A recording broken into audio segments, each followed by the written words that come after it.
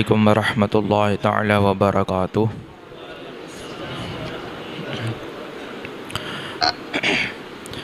الحمد للہ رب العالمین والعاقبۃ للمتقین والصلاة والسلام علی سید المرسلین، اما بعد فاعوذ باللہ من الشیطان الرجیم۔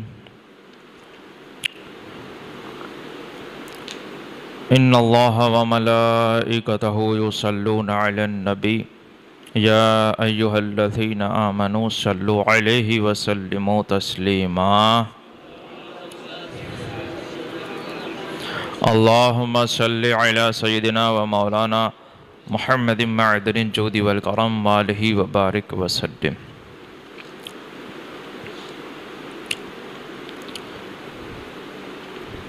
سایہ عرش میں رہنے والے لوگ کا ذکر چل رہا ہے۔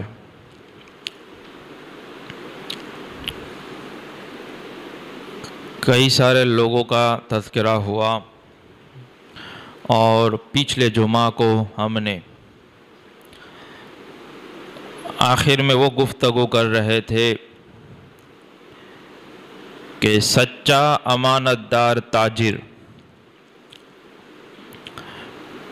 یہ بھی عرش کے سائے میں ہوگا۔ اور حضرت ابو سعید خدری رضی اللہ تعالی عنہ کی روایت میں کہ سچا امانت دار تاجر قیامت کے دن انبیاء، صدیقین اور شہداء کے ساتھ ہوگا۔ اور سچا امانت دار تاجر کسے کہتے ہیں، ان کے بارے میں نے کچھ عرض کیا تھا۔ اور چونکہ یہ چیزیں ایسی ہیں کہ ویسے تو یہ بالکل سیدھی چیزیں ہیں اور بالکل آسان رستہ ہے، کیونکہ اسلام یہ بھی آسان ہے، اس پر عمل کرنا بھی آسان ہے، اور یہ صراط مستقیم ہے، تو اس میں سیدھی سیدھی باتیں ہوتی ہیں۔ لیکن ہم جن لوگوں کے بیچ میں اور جیسے لوگوں کے بیچ میں ہم بڑے ہوتے ہیں، اور جو ہمارے ذہنوں میں باتیں ڈالی جاتی ہیں اور جو طریقے ہمیں سکھائے جاتے ہیں، وہ ایسے ٹیڑھے میڑھے ہوتے ہیں کہ اب ان سے سمجھنا اور حقیقت کو جاننا، اس کے لیے ہمیں یہ لمبی چوڑی گفتگو کرنی پڑتی ہے۔ ورنہ اسلام پہ چلنا آسان اتنا ہے کہ یہ بالکل ایک ریڈی میڈ فارمیٹ ہمارے پاس موجود ہے۔ قرآن مجید کے احکام ہمارے سامنے ہیں واضح طور پر، اور احادیث مبارکہ کی باتیں بھی ہمارے سامنے ہیں۔ پھر ان پر کیسے عمل کرنا ہے خود رسول اللہ صلی اللہ علیہ وسلم نے زندگی گزار کے بتایا، اور پھر صحابہ کرام سے لے کر ابھی تک کئی سارے اولیاء کرام دنیا میں تشریف لائے، کئی سارے علماء کراموں نے یہاں پہ زندگی گزاری، گھریلو معاملات کو بھی سنبھالے اور تجارتیں بھی کی، اور بہت کچھ ان کے معاملات رہے۔ تو ہمارے سامنے بالکل سیدھی سیدھی باتیں ہوتی ہیں، بس اس کو عمل کرنا ہوتا ہے، اس کو اختیار کرنا ہوتا ہے۔ لیکن مشکل کس کو لگتا ہے؟ مشکل ایسوں کو لگتا ہے جو پھر اس میں سب کہتے ہیں کہ پھر یہ تو یوں ہے، تو پھر یوں ہو، تو پھر یوں ہے، میں یہ کروں گا تو یہ کیا کہے گا، وہ کیا کرے گا، ویسا چلتا ہے، ایسا نہیں چلتا ہے، یہ کرنا پڑے، وہ نہ کرنا پڑے۔ اب اس کا معاملہ گڑبڑ شروع ہوتا ہے، وہیں سے گڑبڑی شروع ہوتی ہے۔ اور جو شخص یہ قبول کر لیتا ہے کہ یہ مسئلہ ہے یا یہ بات ہے اور مجھے اس طرح سے عمل کرنا ہے، اب اس کو جو کہنا ہے یہ کہے، اس کو جو کہنا ہے وہ کہے، میرے کو کیا، مجھے تو اللہ اور اس کے رسول کو دیکھنا ہے۔ تو ایسے شخص کے لیے اسلام بالکل آسان ہو جاتا ہے، اس کو کوئی پرواہ ہی نہیں رہتی ہے، اور جب آدمی لوگوں کی پرواہ کرنے جاتا ہے تو پھر اس کے لیے عمل کرنا بہت ہی مشکل بلکہ ناممکن کے قریب ہو جاتا ہے، اور پھر عام طور پر یہی ہوتا ہے کہ پھر وہ شریعت کے مسائلے پر عمل کر ہی نہیں سکتا۔ مثال کے طور پر پچھلی گفتگو ہماری سچے امانت دار تاجر کی چل رہی تھی۔ اب کئی تاجروں کے ذہن میں یہ بات آئی ہوگی کہ یہ تو بات ٹھیک ہے، آپ بولتے ہو سچا ہونا چاہیے، یہ کرنا چاہیے، وہ کرنا چاہیے، لیکن ابھی ایسا نہیں چلتا ہے، جھوٹ بولنا پڑتا ہے تبھی ہم دھندا کر سکتے ہیں، تبھی ہمارا بزنس چلتا ہے۔ اور جیسے مجھے ایک شخص نے کہا کہ ہمارا دھندا ایسا ہے نا، اور سب یہی کہتے ہیں، سب جتنے بھی بزنس والے ہیں جو جھوٹ بولتے ہیں اور مکاری سے کام لیتے ہیں، ان تمام کا کہنا یہی ہے کہ ہمارا دھندا ایسا ہے نا کہ اس میں جھوٹ نہ بولے نا تو ہوتا જ نہیں ہے، سچ سے یہ ہوتا જ نہیں ہے۔ اب کئی الگ الگ فیلڈ والے، الگ الگ بزنس والے لوگوں سے میری بات اتنے زندگی میں ہوئی، اس میں اب یہ سب کے الگ الگ پرکار ہوتے ہیں، الگ الگ بزنس ہوتے ہیں، الگ الگ شہر بھی ہوتے ہیں، لیکن ان کی سوچ کا مسئلہ ہے کہ ان کو ایسا لگتا ہے کہ ہمارا دھندا جو ہے یہ جھوٹ کے بغیر چل ہی نہیں سکتا۔ اب اگر یہ بات سچ بول رہے ہیں، اب کیا کریں؟ وہ کہتے ہیں کہ تمہاری سب باتیں برابر ہیں، ٹھیک ہیں، ہم بھی چاہتے ہیں کہ سچائی سے کام لیں، لیکن ہماری تجارت اور ہمارا دھندا یہ جھوٹ بولنا ہی پڑتا ہے، جھوٹا کام کرنا ہی پڑتا ہے، سچ سے وہ چلتا ہی نہیں ہے، تو اب کیا کریں؟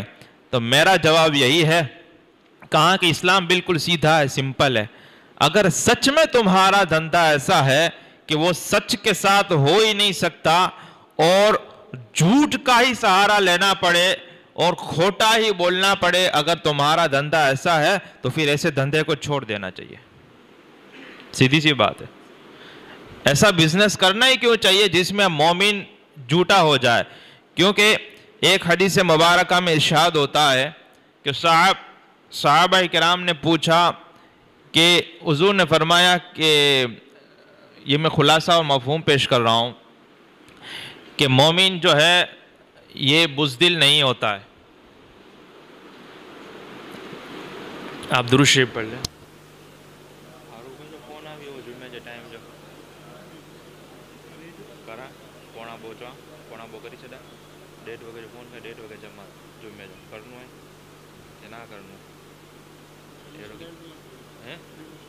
جلوس تو اڈی وغیرہ نہیں کرنا، یہ کہ جلوس ہے تو یہ کہ پانچ ویڑو کر جاتا کرو نہیں کرنا بھلے بھائی۔ صلی اللہ علیہ محمد صلی اللہ علیہ وسلم۔ تو یہ عرض کر رہا تھا میں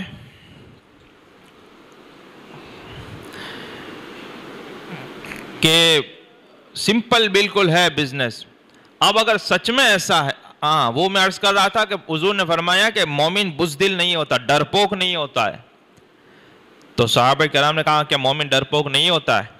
حضور نے فرمایا کہ کبھی کبھی وہ بزدلی کر بھی لیتا ہے، ممکن ہے کہ مومن آدمی کبھی کبھی بزدلی دکھائے اور کبھی کبھی وہ ڈرپوک ہو جائے، تو کبھی کبھی ہو سکتا ہے، لیکن مومن ہوتا ہے وہ بزدل نہیں ہوتا ہے، اور یہ حقیقت ہے۔ جس کے پاس ایمان پختہ ہوتا ہے نا، وہ کسی کے باپ سے ڈرتا نہیں ہے۔ اب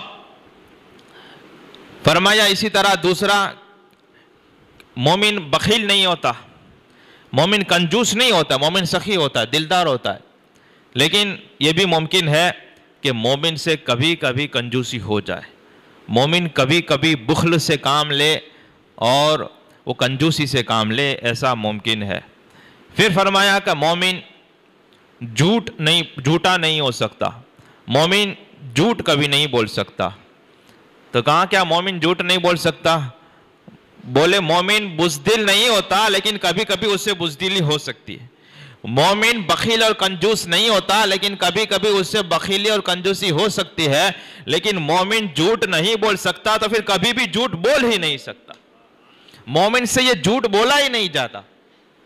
اور اگر پھر مومن جھوٹ بول سکتا ہے تو اب یہاں پہ کئی لوگ بولیں گے کہ ہم تو مومن ہیں اور جھوٹ بھی بول سکتے ہیں، تو اس کے بارے میں بخاری شریف اور مسلم شریف کی حدیث ہے کہ حضور نے ارشاد فرمایا کہ 4 نشانیاں ایسی ہیں، اور دوسری بات میں کہ 3 نشانیاں ایسی ہیں جو منافق کی نشانی ہے، اور جس میں یہ 4 نشانیاں پائی جائیں، 4 من کن فیہ فہو منافق خالص، جس میں یہ 4 نشانیاں ہو وہ پکا منافق ہے، اگرچہ وَإِنْ صَلَّى وَصَامَ وَإِنْ زَعَمَ وَهُوَ مُؤْمِنٌ، اگرچہ وہ نمازیں پڑھے، اگرچہ وہ روزہ رکھے اور یہ گمان کرے کہ وہ مومن ہے، لیکن اگر 4 نشانیاں پائی جاتی ہیں، اگرچہ وہ نمازیں پڑھے، اگرچہ وہ روزے رکھے، اور اگرچہ وہ گمان کرے کہ وہ مومن ہے، لیکن حضور فرماتے ہیں فَهُوَ مُنَافِقٌ خَالِصٌ، وہ پیور پکا منافق ہے۔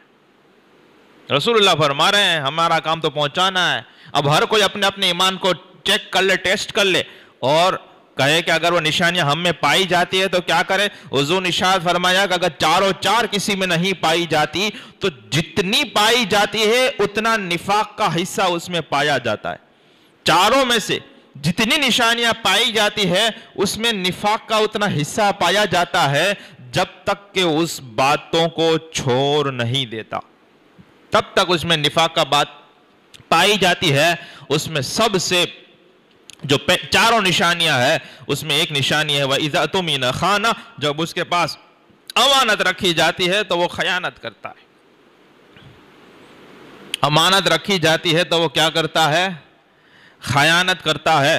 اس کو پیسے سنبھالنے کے لیے دو، یا رکھنے کے لیے دو، یا کسی کو پہنچانے کے لیے دو، بیچ میں سے گڑبڑ ہو جاتی ہے، یہ خیانت ہو جاتی ہے، اور اسی طرح ہر معاملے میں خیانت، تو یہ منافق کی نشانی ہے۔ دوسری فرمایا کہ دوسرا وَإِذَا حَدَّثَ كَذَبَ، جب وہ بات کرتا ہے تو جھوٹ بولتا ہے۔ اور کچھ لوگوں نے تو ذہن بنایا ہے کہ بدھی سچو بولن جو نہ کھوٹو سچو مکس کرینے بولن جو، یعنی وہ ایمان اور نفاق کو مکس کرنا چاہتے ہیں۔ حالانکہ سچا بولنا، حضور نے فرمایا کہ آدمی مومن بخیل نہیں ہوتا لیکن بخیلی ہو سکتی ہے، بزدل نہیں ہو سکتا لیکن بزدلی مومن سے ہو سکتی ہے، لیکن مومن سچا اتنا ہوتا ہے کہ اس سے کبھی جھوٹ بولا ہی نہیں جا سکتا، وہ جھوٹ بول ہی نہیں سکتا، اور جھوٹ بولنا ہے نفاق کی نشانی ہے۔ اسی طرح تیسری نشانی ہے کہ جب وعدہ کرے تو وہ مکر جائے، وعدہ کر کے وہ وعدے کے خلاف کام کرتا ہے۔ اور پھر چوتھا کام یہ کرتا ہے یہ منافق کہ جب وہ جھگڑا کرتا ہے تو گالی گلوچ کرتا ہے اور بہت اپشبد بولتا ہے، بہت بیہودہ بکواس کرتا ہے، جو لفظ اگرچہ گالی نہ ہو لیکن ایسے لفظ نہیں بولنے چاہیے ویسے الفاظ بولتا ہے، وہ منافق کی نشانیوں میں سے۔ مومن کی باتیں ایسے نہیں ہوتی، مومن اپنی باتوں سے، سوچ سے، وچار سے ہر طرح سے پہچانا جاتا ہے۔ تو اب مومن سے تو جھوٹ بولا ہی نہیں جا سکتا، تو پھر مومن سے وہ تجارت اور دھندا کیسے ہو سکتا ہے جس میں جھوٹ کے بغیر چارہ نہ ہو؟ وہ مومن کام دھندا بزنس کر ہی نہیں سکتا کہ جس میں اس کو یہ کہنا پڑے کہ میرے بزنس اور تجارت میں جھوٹ کے سوا ہو ہی نہیں سکتا۔ تو سب سے پہلی بات تو یہ سوچ کا مسئلہ ہے، ایسا کچھ ہوتا نہیں ہے، ایسا کچھ ہوتا نہیں ہے۔ آدمی اگر اب کہے کہ ہم، جیسے مجھے ایک شخص نے کہا کہ حضرت ہمارا جو تجارت ہے اس میں ایسا ہے کہ جھوٹ بولنا ہی پڑتا ہے۔ میں نے بولا کیسے؟ بولے مثال کے طور پر ہم جو مال بیچ رہے ہیں، اب کوئی آ کے مانگنے والا ایسا مال کا سوال کرتا ہے جو ہمارے پاس نہیں ہے، تو بولے کہ ہم اس کو جھوٹ بولتے ہیں۔ ہم اس کو پھر جو سوال کرتا ہے اس کی کا نام لے کر الٹا سلٹا کچھ بھی سمجھا کر دوسرا مال اس کو دھوکے کے ساتھ بیچ دیتے ہیں۔ تو بولے ہمارا تجارت ایسے ہی چلتا ہے۔ بولے اب بتاؤ کیا کرے؟ تو میں نے بولا وہ آیا، اس نے مانگا تمہارے پاس مال، بولے ہمارے پاس تو ہے نہیں، تو کیا کرنا ہے؟ تو بولے نہ بول دینا، اس میں کیا کرنا ہے، سیدھی سیدھی بات کرو نا۔ اور کیا تم کو اللہ پہ بھروسہ نہیں ہے؟ اب مومنوں اور مسلمانوں کا ایمان اللہ پہ صرف اتنا ہی رہ گیا ہے، اتنا ہی رہ گیا ہے کہ وہ جھوٹ بولے گا تو ہی اللہ اسے روزی دے گا، وہ مال میں مکسنگ کرے گا تو ہی اللہ روزی دے گا، اور ناپ تول میں کمی کرے گا تو ہی اللہ اس کو روزی دے گا۔ صرف اتنا ہی ایمان بچا ہے ہمارے پاس۔ کیا آپ کا اللہ کو اتنا ہی مانتے ہو کہ ہم جھوٹ بولیں گے، دغا کریں گے، الٹا سلٹا کریں گے، مال بیچتے وقت کہتے ہیں کہ گارنٹی ہے، کچھ تکلیف ہو میں بیٹھا ہوں نا، گارنٹی ہے، 1 مہینہ پچھی آؤ جو نے کہا مان تو نہیں۔ اب وہ گیا، 1 گھنٹے کے بعد آتا ہے کہ میں نے پیکنگ کھولا تو یہ نہیں، یہ نکلا، હવે ہمیں શું કરીએ લે, تو બધું એવું જ હોય. ابھی تو بولتا تھا کہ ایک مہینے تک ویلیڈیٹی ہے، اس کی گارنٹی ہے. نہ હવે جاوا دے وہ کہیں نہیں. پھر اس میں سے بہانہ نکالتا ہے کہ یہ ایسا ہے اس لیے نہیں رکھتا، ایسا ہے اس لیے نہیں، ایسا نہیں رکھتا. لیکن مسلمانوں کا طریقہ یہ ہوتا ہے، آپ کو بتاؤں کہ کتنا غلط چل رہا ہے، کہ یہ جو اسٹیکر لگاتے ہیں کہ ویچے لو مال پاچھو رکھو میں نہیں آوے، یہ اسلامی نظریے کے خلاف ہے. کیونکہ اسلام کا نظریہ یہ ہے کہ ایک دوسرے کا مال ہمارے لیے یہ معصوم ہوتا ہے، یعنی کہ اس کا کھانا حرام ہوتا ہے جب تک دونوں کی رضامندی کے ساتھ وہ کام نہ ہو. یعنی ایک تو تجارت ہے کہ رضامندی کے ساتھ یہ بھاؤ تال طے ہونے کے بعد ہو سکتا ہے. اب اگر وہ لیا اور چیز خراب نہیں کی، ڈیمیج نہیں کیا، یا جو شرطیں لگائی گئی تھی کہ اس کے بعد وہ کچھ نہیں کیا، بس اسے پسند نہیں آئی. مجھے بتاؤ، میں آپ کو بتاؤں، سب سے اچھا جو ریزن مال واپس لینے کا ہے وہ یہ ہے کہ کسٹمر کو وہ چیز پسند نہ آئے. لیکن اس کو برا سمجھا جاتا ہے. ٹوٹیلا پھوٹیلا آدمی رکھ لیتا ہے، پسند نہیں آتی تو نہیں رکھتا ہے. تو وہ پسند جب اگر نہ آئے لمٹ کے اندر میں، ایسا نہیں کہ 1 سال کے بعد آئے پسند نہ آئے، ایسا مطلب نہیں بن رہا ہے میرا. تو وہ ایک چیز ہوتی ہے. تو یہ اچھے میں اچھا ریزن ہے کہ کسٹمر کو وہ چیز پسند نہیں آئی، وہ کہتا ہے کہ یہ یا فٹ نہیں ہوا، کوئی ایسی چیزیں استعمال کی، بڑی ہے چھوٹی ہے، یہ ہے وہ ہے یہ، اب وہ دیتا ہے صحیح سلامت واپس کر رہا ہے. تو ایک ویپاری کی ذمہ داری ہے کہ وہ اس کو خوش کرے، اور اس کے مال وہ سامنے والا راضی نہیں ہے تو پھر اس کو کھانے کی کوشش نہ کرے. سوائے کہ یہ کہ وہ توڑ پھوڑ کے لاتا ہے کہ پھر ہمارے بھی کسی کام کی نہیں. تو آپ بھی سمجھ سکتے ہیں کہ یہ میرے کہنے کا مطلب ہوتا ہی نہیں ہے. میں بھی ایک مہمان ہوں، میں بھی ویپاری ہی قوم سے تعلق رکھتا ہوں، مجھے سب پتا ہوتا ہے. یہ کوئی مطلب یہ نہ سمجھے کہ میں وہ فقیروں والی باتیں کر رہا ہوں، میں تجارتوں والی باتیں ہی کر رہا ہوں، اور اسی کے میں اصول سکھا رہا ہوں. اور جہاں تک تجارت کا تعلق ہے، شاید میری باتوں سے کسی کو لگتا ہو کہ اس کو کیا خبر پڑے، کیا ویپار کیسے ہوتا ہے. میں آپ کو بتاتا ہوں کہ میرا نظریہ یہ ہے، ویپار کے تعلق سے نہیں، کسی بھی کام کے تعلق سے، کہ اگر آپ جوتے گانٹھتے ہو، جوتے کی سلائی اگر کرتے ہو، آپ کا کاروبار یہ ہے کہ آپ صرف جوتے گانٹتے ہو، تو آپ کا کام اتنا پرفیکٹ اور بیسٹ ہونا چاہیے کہ پھر پورے شہر میں تمہارے جیسا جوتے گانٹھنے والا کوئی نہیں ہونا چاہیے.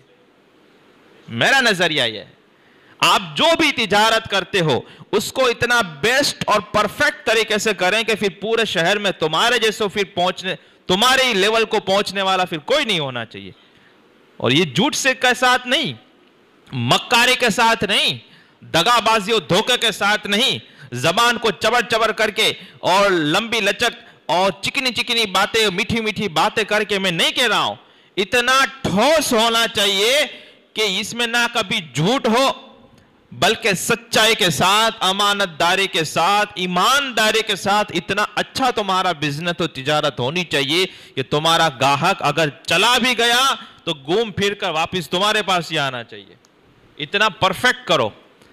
اب جو بھی کام کرتے ہو، اگر آپ جاب کرتے ہو تو تمہاری جاب اتنی پرفیکٹ ہونی چاہیے. اگر تم امامت کرتے ہو تو پھر ایسی امامت ہونی چاہیے کہ پھر پورے شہر میں تمہارے جیسا امام کہیں نہیں ہونا چاہیے. ساری چیزیں اس میں آ گئی. اتنا پرفیکٹ کرو کام. اب تم جھوٹ کو بھی لا رہے ہو بس پیسے. آپ یہ چھوٹی سوچ ہوتی ہے کہ اس کسٹمر کو پھنسا دینا ہے، یہ نہیں جانا چاہیے. اب اس سے تم 500 1000 2000 روپے کا منافع کما بھی لیتے ہو، لیکن جب آدمی چیٹنگ ہو جاتی ہے، اس کے ساتھ فراڈ ہو جاتا ہے، ایک مرتبہ تو یہ دھوکہ کھا جاتا ہے، پھر دوبارہ کبھی آتا نہیں ہے، دوسرے 10 کو روکتا بھی ہے. ایسا کام یہ کیوں کرنا چاہیے کہ جسے اسلام پہ دبا لگے، جسے ہمارے تجارت کو بھی نقصان ہو، دنیا کا بھی نقصان ہو رہا ہے، آخرت کا بھی نقصان ہو رہا ہے. اور یہ کچھ بھی اگر نہ سوچو تو آپ کے لیے سوچنا اتنا ہی کافی ہے کہ حضور نے فرما دیا کہ مومن کبھی جھوٹ نہیں بول سکتا. سیدھی سی بات ہے، نہیں بول سکتا تو نہیں بول سکتا. جو ہے صاف صاف بیاؤ. اگر مارکیٹ میں 200 روپے چلتے ہیں، آپ کو 300 لینے ہیں تو اسپشٹ واضح طور پہ بیان کرو کہ یہ 300 میں لوں گا. اور پھر اس کی خوبی وہ مال میں، وہ سروس میں اتنی اچھی رکھو کہ آدمی کہے کہ کام تو تم ہی سے کروانا ہے، مال تم ہی سے لینا ہے، 300 نہیں 500 لے لو. اپنی اتنی خوبیاں بیان کرو نا. پیسے کو ایسے تو دے گا نہیں. آپ چاہتے ہو کہ مال وہی بھنگار، وہی بیکواس، وہی تھرڈ کلاس دوں جو بازو والا دیتا ہے اور بھاؤ اسے زیادہ لوں، پھر اس میں اس کی وہ باتیں بیان کرتے ہو اور پھر اس کو دھوکہ دیتے ہو. تو آدمی ایک مرتبہ بھروسہ کر لیتا ہے ہمارے چہرے موروں سے، پھر سمجھ جاتا ہے کہ یہ آدمی تو فراڈی ہے، یہ تو دھوکے باز ہے. ایسا کرنا ہی کیوں چاہیے؟ اور کچھ لوگ تو اس میں اتنے شاطر اور ایکسپرٹ ہو جاتے ہیں کہ سامنے والے کو پتہ ہی نہیں لگنے دیتے کہ انہوں نے کیا گوٹارا کیا ہے، لیکن اللہ سب جانتا ہے. اگر جھوٹ کے ساتھ مال بیچا، دھوکے کے ساتھ مال بیچا. اللہ کے رسول صلی اللہ تعالی علیہ وسلم ایک جگہ سے گزرے تو ایک آدمی غلہ بیچ رہا تھا. غلہ جو تھا اناج وہ بیچ رہا تھا. دیکھو رسول پاک صلی اللہ علیہ وسلم ہمیں یہ جنگلوں میں رہنا ہے اور سب گھر بار چھوڑ کے رہنا ہے ایسا نہیں سکھا رہے ہیں، ہمیں یہ سب سکھا رہے ہیں. دیکھو حضور صلی اللہ علیہ وسلم وہاں سے گزر ہوا تو وہ آدمی گلے کا ڈھیر، اناج والے جو ڈھیر لگا کے بیٹھتے ہیں ایسے ڈھیر لگا کے بیٹھے. حضور صلی اللہ علیہ وسلم نے اپنا ہاتھ مبارک اندر میں ڈال دیا، وہ ڈھیر کے اندر میں اسے ڈال دیا. اب جیسے ہی ڈھیر کے اندر سے وہ نکالا تو اندر سے جو مال تھا وہ گیلا تھا. اب بیپاری لوگ سمجھ گئے ہوں گے اس کا مطلب کیا ہے، کیونکہ اوپر جو تھا وہ سوکھا سا سب مال تھا اور گیلا ہوتا ہے تو مال کیا ہو جاتا ہے، پھر وزنی ہو جاتا ہے. باہر سے اچھا لگ رہا ہے. حضور صلی اللہ علیہ وسلم نے سیدھا اپنا ہاتھ مبارک اندر میں ڈال دیا. جب اندر میں ہاتھ ڈالا تو پھر نکالا تو وہ مال جو تھا وہ غلہ تھا، وہ گیلا تھا. حضور نے ارشاد فرمایا یہ کیا ہے؟ لوگوں کو ہمیں تو سوکھا نظر آ رہا ہے، صاف نظر آ رہا ہے، اور اندر میں یہ ہے. کیونکہ آدمی باہر سے یوں چیک کر کے بولا اچھی بات ہے چلو 10 کلو لگا لو. اب اس نے وہ سب، حضور نے فرمایا یہ کیا ہے؟ تو اس نے کہا یا رسول اللہ وہ بارش کی وجہ سے گیلا ہو گیا ہے. کیا کہا؟ بارش کی وجہ سے یہ گیلا ہو گیا ہے. حضور نے ارشاد فرمایا تو پھر گیلے مال کو تو نے باہر کیوں نہیں رکھا، تاکہ دیکھنے والا دیکھ لے کہ میں خرید رہا ہوں وہ پانی والا گیلا مال خرید رہا ہوں. اور پھر آگے ارشاد فرمایا جو دھوکہ کرے، دھوکے بازی کرے، وہ ہم میں سے نہیں، وہ ہم میں سے نہیں، یہ حضور نے ارشاد فرمایا. تو ہمیں کیوں کرنا چاہیے؟ مال کئی مرتبہ خراب ہو جاتا ہے، کئی مرتبہ مال کی کوالٹی میں خرابی ہوتی ہے، یعنی آدھا ایسا ہوتا ہے آدھا ویسا ہوتا ہے. تو اس کو بھی بیچو، یہ نہیں کہتا کہ آپ گھر پہ لے جاؤ، لیکن صاف صاف بول کے بیچو. ہمارے امام اعظم ابو حنیفہ رضی اللہ تعالی عنہ، یہ اتنے بڑے امام امت کے کہ امام الائمہ کہے جاتے ہیں، امام اعظم کہے جاتے ہیں. ان کا یہ ہوا ایک مرتبہ، اور دیکھو وہ تاجر تھے، کپڑے کا کاروبار کرتے تھے.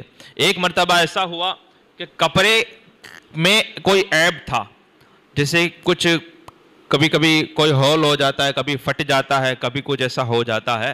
تو انہوں نے اپنے خادم سے کہا کہ یہ کپڑے میں اس جگہ پر یہ عیب ہے، اس میں کچھ پھٹا وٹا ایسا کچھ ہے، تو یہ جب آپ کو بیچنا ہے تو کسٹمر کو بتا کے بیچنا ہے، یعنی بتانا ہے کہ دیکھو اس جگہ پر یہ پھٹا ہوا یہ ہے وہ ہے. پھر آپ اس کی قیمت وہی رکھیں یا کم کریں، وہ آپ اپنے جو پالیسی ہو اور جو مارکیٹ چل رہا اس پر سے کر سکتے ہو. سامنے والا پھٹا ہوا بھی وہی قیمت میں لینے کے لیے ترازی ہے، ہو جاتا ہے تو خیر بیچ سکتے ہو، آپ بتا کے بیچ سکتے ہو. اور اگر کم کہتا ہے کہ یہ دیکھو اس میں یہ نقصان ہے اس لیے میں اس کو کم بھاؤ میں بیچ رہا ہوں، تو وہ بھی آپ کر سکتے ہو بے شک. لیکن یہ ہے کہ بات کھل کے ہونی چاہیے، سامنے والے کو دھوکہ نہیں ہونا چاہیے. تو امام اعظم نے ان کو ارشاد فرمایا کہ یہ اس طرح سے ہے اور آپ کو یہ سب بتا کر آپ کو بھاؤ تال طے کرنا ہے. اب آپ تشریف لے گئے.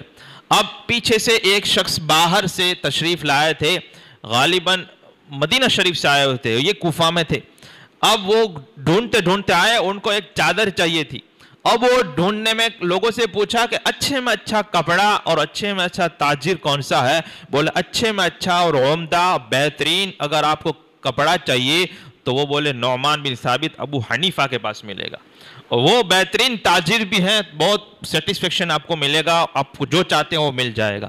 اب یہ یہاں پر آئے تو وہاں پہ امام اعظم کا چونکہ اس نے نام سنا کہ یہ بہت بہترین ہے، کہیں پہ کچھ بھی نہیں ہوگا. اب اس نے کہا کہ مجھے ایسا ایسا کپڑا چاہیے. اب وہ حاضر نہیں تھے امام صاحب.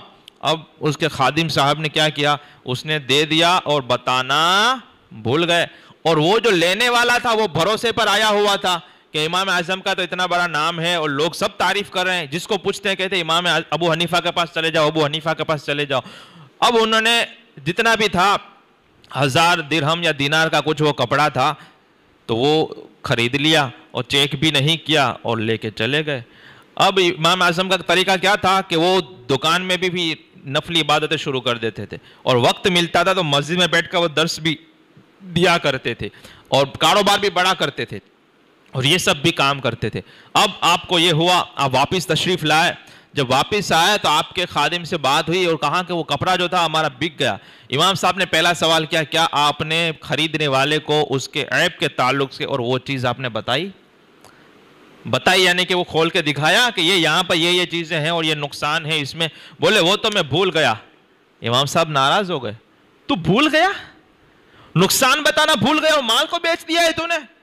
وہ کون تھا، کہاں سے آیا تھا؟ بولے حضرت وہ تو کوئی باہر سے آیا تھا اور ایسا تھا۔ آپ نے وہ جتنی رقم تھی پورے کے پوری رقم لی اور پھر تپاس اس کی شروع کی، تفتیش شروع کی کہ وہ شخص تھا کون، کہاں سے آیا ہوا تھا۔ اب وہاں سے آپ نے جب لوگوں کو پوچھنا شروع کیا، اب پتا چلا کہ یہ یہاں سے آیا تھا، پھر اس کے پاس گئے تیرے پاس وہ شخص تھا وہ کہاں سے آیا تھا؟ بولے وہ تو وہاں سے آیا تھا۔ پھر پتا چلا کہ یہ تو وہاں گیا، وہاں سے آنے کا وہ کبھی کبھی کسی کے بات کی ہوگی، کسی کا وہاں رکا ہو۔ اب اس طرح سے پوچھتے ان کو پتا چلا کہ اس حلیے کا، اس نام کا، اس قبیلے کا شخص یہاں سے آیا تھا، یہاں تک کہ ان کو یہ سراغ ملا کہ یہ مدینہ شریف میں ملے گا۔ آپ کوفہ عراق میں ہے، عراق سے آپ نے سفر کیا وہ پیسے لے کر مدینہ شریف میں۔ اب مدینہ شریف میں ڈھونڈ رہے ہیں کہ یہ آدمی کہاں ہے۔ اب کوئی پہچانتا ہے، کوئی نہیں پہچانتا ہے، کوئی بتاتا ہے، کوئی نہیں بتا پاتا۔ ہوتے ہوتے آخر میں مسجد نبوی شریف میں یہ پہنچے، 2-3 مہینے نکل گئے تھے۔ مسجد نبوی شریف میں پہنچے تو وہ شخص آپ کو نظر آیا اور آپ نے اس شخص کو ایسے پہچانا کہ امام اعظم ابو حنیفہ جو چادر بیچ رہے تھے، جس چادر کی بات، وہی چادر پہن کے وہ کھڑا تھا وہاں پر عبادت کر رہا تھا۔ آپ پہچان لیے کہ یہ میرا ہی ہے۔ اب آپ وہاں پہ پہنچے، جب وہ سلام پھیرا اور فارغ ہوا تو آپ امام اعظم ابو حنیفہ ان کے پاس پہنچے اور سلام ہوا اور کہا کہ پہچانے؟ تو بولے نہیں، میں تو ظاہر سی بات ہے نہیں پہچانے گا، کیونکہ یہ تو پہلے بھی نہیں پہچانتا تھا۔ اب کہا کہ یہ چادر آپ نے کہاں سے خریدی؟ بولے میں کوفہ گیا تھا، وہاں پہ مشہور ایک تاجر ہیں اور زبردست عالم دین، فقیہ جو ہے، فقیہ کہا جاتا ہے وہاں پر، تو بولے ابو حنیفہ کے وہاں سے میں نے ان کی دکان سے خریدی۔ امام اعظم نے کہا کہ یہ چادر میری ہے۔ کہا تمہاری کیسے ہو گئی؟ بولے مسئلہ یہ ہے کہ میں ہی ابو حنیفہ ہوں اور اس چادر میں اس جگہ پر یہ فلاں عیب ہے، دیکھو ہے۔ تو بولے وہ میں نے اپنے خادم کو بتا کے گیا تھا کہ یہ بتا کے بیچنا ہے، وہ بتانا بھول گیا، آپ کو یہ بیچ دیا۔ اب اس کو میں واپس لینا چاہتا ہوں اور آپ کے یہ پورے کے پورے روپے نقد لے کر حاضر ہوا ہوں، آپ اس کو قبول کریں اور یہ نقصان والا مال مجھے واپس دے دیں، اور میں معافی چاہتا ہوں کہ ایک مسلمان کو میری وجہ سے یہ نقصان والا مال پہنچ گیا۔ حالانکہ بتا کے گئے تھے، غلطی خادم کی تھی۔ اب وہ آدمی کہتا ہے کہ دیکھو حضرت، مال نقصان والا ہو یا جو بھی ہو، کچھ بھی ہو، لیکن اب میں تو اس چادر سے راضی ہو گیا، جو بھی ہے میں نے قبول کر لیا ہے، اب مجھے اس سے کوئی شکوہ شکایت نہیں اور میں نے معاف بھی کر دیا، مجھے نہ آپ سے کوئی غلا شکوہ ہے، نہ میں نے آپ کے خادم سے کچھ ہے، اور جتنی قیمت میں ملی تو امام صاحب نے کہا اگر آپ پورا نہیں لینا چاہتے تو کم سے کم نقصان والا ہے آدھا رقم تو رکھ لیں، آدھی رقم تو رکھ لیں، مجھے تسلی ہو جائے۔ بولے مجھے کچھ بھی نہیں چاہیے، میں اس چادر کے ساتھ خوش ہوں۔ امام صاحب نے کہا ایسا نہیں ہو سکتا، اگر آپ وہ چادر مجھے دیں اور روپیہ لے تو ٹھیک ہے، ورنہ میں یہ روپیہ پورے کا پورا آپ کو تحفہ دے کے جانا چاہتا ہوں۔ یہ ہوتا ہے تقوی، یہ ہوتا ہے ایک مسلمان۔ اسی طرح کے ایک اور تاجر کی بات ہے کہ وہ کوئی درزی کا کام کر رہے تھے۔ ایک مرتبہ ایسا ہوا، یہ سب اللہ کے ولی ایسے ہوتے ہیں، ایک مرتبہ ایسا ہوا کہ آپ گئے اور وہ کسٹمر آیا لینے کے لیے، اب کپڑا وہ سی کے دیا، اب اس گاہک نے جو سکے دیے وہ نقلی سکے تھے، کھوٹے جعلی تھے۔ تو اس خادم نے دیکھا، بولے تو جعلی ہے، نقلی ہے، واپس دے دیے۔ بولے اصلی لاؤ، اب اس نے اصلی دیے۔ اب جب سیٹھ صاحب آئے تو کہا کہ حضرت وہ فلاں ہمارا گاہک ہے نا، اتنے سالوں سے آتا ہے، وہ آیا تھا وہ کپڑا لینے کے لیے، میں نے دیا تھا، وہ جعلی سکے دے رہا تھا، نقلی سکے دے رہا تھا۔ اب جب نقلی سکے دیے تو حضرت نے فوراً پوچھا پھر تم نے کیا کیا؟ بولے جب میں نے دیکھے کہ شکلیں تو جعلی ہیں، نقلی ہیں، تو میں نے اس کو ڈانٹا اور کہا کہ تو دھوکہ دینا چاہتا ہے مجھے. میں نے وہ نقلی سکے واپس دے دیے اور کہا کہ اصلی لاؤ، اور اصلی سکے میں نے لے لیے. حضرت نے کہا ایسا نہیں کرنا تھا. بولے کیوں؟ بولے یہ 20 یا 40 سال سے میرے پاس کپڑے سلواتا ہے اور 40 سال سے مجھے نقلی سکے ہی دے رہا ہے، نقلی سکے ہی دے رہا ہے، مجھے پتا ہے اور میں لے بھی رہا ہوں. تو بولے حضرت اس میں حکمت کیا ہے؟ اللہ کے ولی دیکھو ایسے ہوتے ہیں. اس میں حکمت کیا ہے کہ آپ خود نقصان اٹھا رہے ہیں، جعلی سکے قبول کر رہے ہیں، آپ جانتے ہو 40 سال سے. بولے اگر میں نہیں لیتا تو یہ کسی اور مسلمان کو دیتا، تو کسی دوسرے مسلمان کو نقصان نہ ہو اس کے لیے میں خود نقصان اٹھا لیتا ہوں. اب اس کو لگتا ہے کہ مجھے پتا نہیں ہے اور میں قبول کیے جا رہا ہوں. اب آج تم نے اس کو انکار کر دیا، اب وہ دوبارہ آئے گا تو اب تو وہ تو اصلی دے گا، کیونکہ پتا چل گیا کہ پکڑا گیا یہاں پر. اور لیکن میں نے اس کو پتا ہی نہیں لگنے دیا کہ مجھے سب پتا ہے. اب یہ معاملہ ہوا کہ اب جب یہ یہاں سے گیا، مثال کے طور پر اس کے پاس اگر 100 درہم بھی تھے، یا آپ سمجھ لیں کہ 100 کی نوٹ بھی تھی، اب ظاہر سی بات ہے اس کی برسوں سے عادت ہے تو وہ کہیں نہ کہیں دے گا تو کسی مسلمان کو ہی دھوکا ہوگا، کسی مسلمان کو ہی 100 درہم کا نقصان ہوگا. تو میں نہیں چاہتا تھا کہ میں اپنا فائدہ کرنے کے لیے کسی مسلمان کو پھنسا دوں. اللہ اکبر. یہ اس زمانے کی سوچ تھی مسلمانوں کی. اور آج تو یہ معاملہ ہے کہ اپنا حق تو چھوڑیں، دوسروں کا حق بھی کھا جانا ہے، دوسرے کو بھی نہیں چھوڑنا ہے. کسی طرح سے سب پڑایا مال اپنا ہو جائے اور کسی بھی طرح سے یا آپ کی توجہ فوراً بٹ جاتی ہے نا، تھوڑا سا حرکت ہوتی ہے بٹ جاتی ہے. لیکن اسرائیل کیا کرتا ہے؟ کبھی نہیں بٹتی آپ کی توجہ. اچھا، یہ میں عرش کے سائے کے سلسلے میں بات کر رہا تھا. حضرت ابوبکر صدیق رضی اللہ تعالیٰ عنہ نے یہ روایت بیان فرمائی کہ رسول اللہ صلی اللہ علیہ وسلم ارشاد فرمایا کہ عرش کے سائے میں اللہ تعالیٰ ان لوگوں کو رکھے گا جو مسلمانوں پر سختی نہیں کرتے بلکہ نرمی کرتے ہیں اور مسلمانوں کے ساتھ نرمائی سے پیش آتے ہیں. اسی طرح حضرت انس رضی اللہ تعالیٰ عنہ کی روایت ہے کہ حضور صلی اللہ علیہ وسلم ارشاد فرمایا کہ 3 طرح کے لوگ قیامت کے دن عرش کے سائے میں ہوں گے جس دن کوئی سایہ نہیں ہوگا. ایک تو وہ شخص جو رشتہ داروں کے ساتھ اچھا سلوک کرتا ہے، جس کو صلہ رحمی کہتے ہیں. فرمایا صلہ رحمی کرنے والا عرش کے سائے میں ہوگا. اور صلہ رحمی رشتہ داروں کے ساتھ اچھا سلوک کرنا، اس کے بارے میں فرمایا کہ یہ جو چیز ہے وہ رزق کو بڑھاتا ہے اور عمر میں اضافہ کرتا ہے. آج آدمی لاکھ روپے ڈاکٹر کو دے گا کہ میری زندگی بڑھ جائے، رزق کے لیے پھانپے مارے گا. لیکن حضور نے ارشاد فرمایا کہ اگر تمہیں رزق میں برکت چاہیے اور عمر میں بھی برکت چاہیے تو اپنے رشتہ داروں کے ساتھ اچھا سلوک کرو. ان کو سمجھنے کی ضرورت ہے. یہاں پہ عمرے ہو رہے ہیں، نیازے پہ نیازیں ہو رہی ہیں، دیگے کی دیگے پکڑ رہی ہیں اور بڑے بڑے پوسٹروں میں نام آ رہے ہیں، اور یہاں خود کا رشتہ دار ہے وہ بھوکے مر رہا ہے. مسجدوں میں بولے 25 ایسی ہمارے طرف سے، درگاہوں پر ایسی ہمارے طرف سے، وہاں پر ہم کر رہے ہیں، یہ خرچہ ہم کر رہے ہیں، وہ خرچہ وہ کر رہے ہیں. اور چچا کا بیٹے کا حال یہ ہوتا ہے کہ بجلی کے بل بھرنے کے پیسے نہیں ہوتے.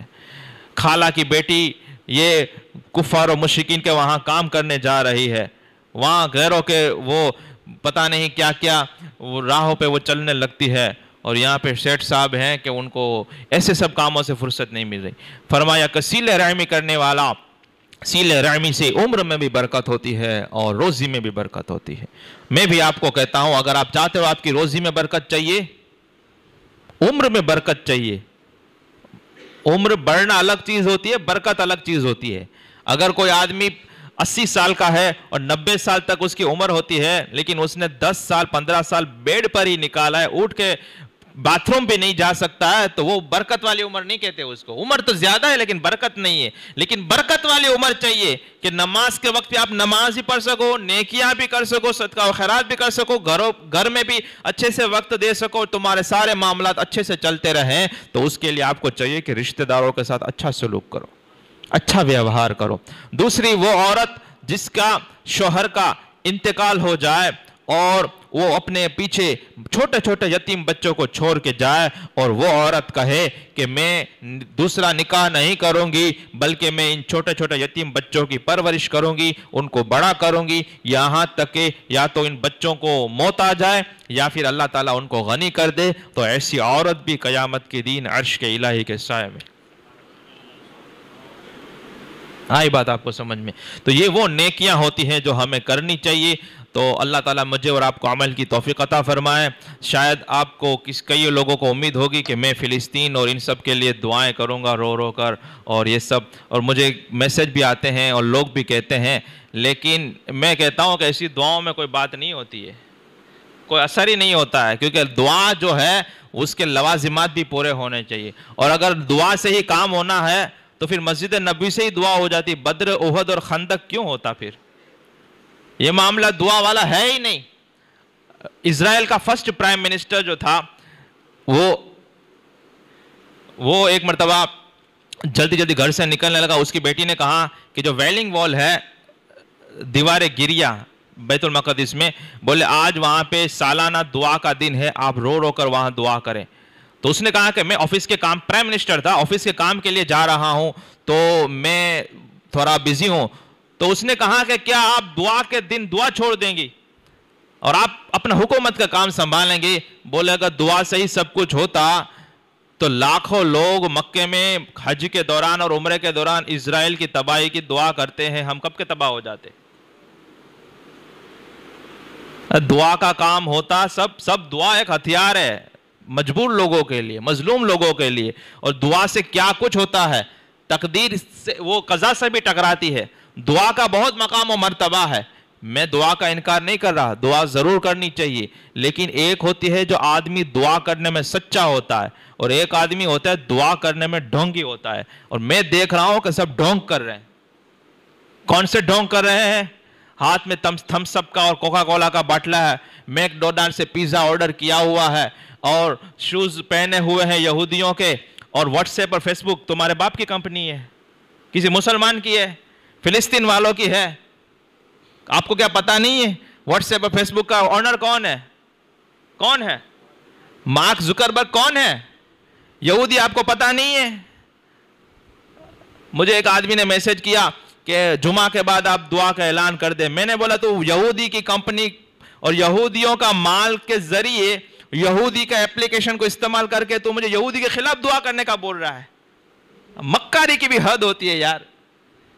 اگرچہ ہم میں وہ شاید جذبہ نہیں اور ہم کہیں کہ ہم میں وہ بہادری نہیں. اور پھر مجھے ایک وہاں دوسری جگہ سے میسج آیا, میں نے بولا جو بابری مسجد نہ بچا سکے ہوں وہ مسجد اقصیٰ پہ کیا بات کر رہے ہیں؟ ان کو کیا فرق پڑتا ہے کہ اگر جامع مسجد بھی شہید ہو جائے؟ کوئی فرق نہیں پڑتا ہے. فرق پڑتا ہے وہ لوگ فجر میں حاضر ہوتے ہیں, ان کو کوئی فرق ہی نہیں پڑتا.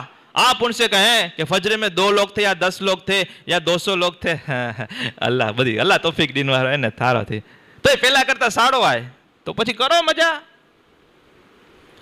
مجھے کہا کہ دعا مومنوں کا ہتھیار ہے, دعا تو مانگنی چاہیے, لیکن میں نے بولا دعا اس کی قبول ہوتی ہے جو دل سے غمگین ہو, جس کے دل میں وہ اداسی پائی جاتی ہے. مجھے بتاؤ, میں سب کے سامنے کہہ رہا ہوں, جو لوگ میرے بیان سنیں, میں سب کو غلط نہیں ٹھہرا رہا, لیکن میں کہہ رہا ہوں کہ جو ابھی فلسطین میں چل رہا ہے, اسرائیل میں چل رہا ہے, دنیا میں کہیں پر بھی چل رہا ہو, کیا اس کی وجہ سے آپ کے کھانے پینے اور سونے بیٹھنے میں فرق پڑا؟ کیا آپ کی مذاق مستیوں میں فرق پڑا؟ کیا آپ کے برتھڈے منانے میں فرق پڑا؟ کیا آپ کی شادی بیاہ کی محفلوں میں فرق پڑا؟ کون سی دعا کی بات کر رہے ہو؟ تمہاری دعا قبول ہونی ہی نہیں ہے, کیونکہ تم دعا مانگ ہی نہیں رہے ہو. دعا مانگنا الگ ہوتا ہے اور دعا کے جملے بولنا الگ ہوتا ہے.